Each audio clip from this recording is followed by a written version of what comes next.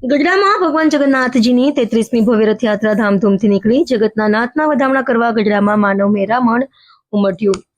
ગઢડાના મગરપાટ અંબાજી મંદિરેથી રથયાત્રાનો ભવ્ય પ્રારંભ એસપી સ્વામી જિલ્લા ભાજપ પ્રમુખ મયુરભાઈ પટેલ પ્રાંત અધિકારી આરતી ગોસ્વામીએ પૂજા અર્ચના બાદ દોરડું ખેંચી રથને પ્રસ્થાન કરાવ્યું। જય કનૈયા લાલકીના જયઘોષથી ગઢડાની શેરીઓ ગુંજી ઉઠી હતી। રથયાત્રામાં 62 થી વધુ વાહનો અને આકર્ષક ફ્લોટ્સ જોડાયા।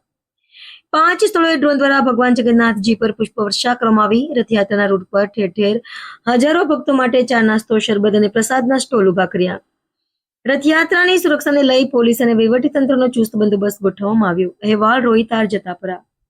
આજે અષાઢી બીજ એટલે પવિત્ર આજે રથયાત્રાનો દિવસ છે, ત્યારે બોટાદ જિલ્લાના ગઢડાના આજે 33મી રથયાત્રા અને ગુજરાતના 3જા નંબરની જે રથયાત્રા નીકળે છે, ત્યારે આજે અમને આ રથયાત્રાનું પ્રસ્થાન કરવાનું સૌભાગ્ય મળ્યું છે। ત્યારે દરેક બોટાદ જિલ્લાવાસીઓને આજે રથયાત્રાના દિવસે હું શુભકામનાઓ આપું છું અને અહીંના ધારાસભ્ય એવા શંભુનાથ જે ટુંડિયા દ્વારા પણ સૌને શુભકામનાઓ આપી છે। કેન્દ્રીય મંત્રી નીમુબેન બામણિયા પણ જ્યારે રથયાત્રાના દિવસે બોટાદ જિલ્લાને શુભકામના આપી છે, ત્યારે આજે ભવ્યમાં ભવ્ય રથયાત્રા અનેક પ્રકારના ટેબ્લો સાથે એક ક્ષણમેદની સાથે ગઢડાની યાત્રા આજે પ્રસ્થાન થઈ ગઈ।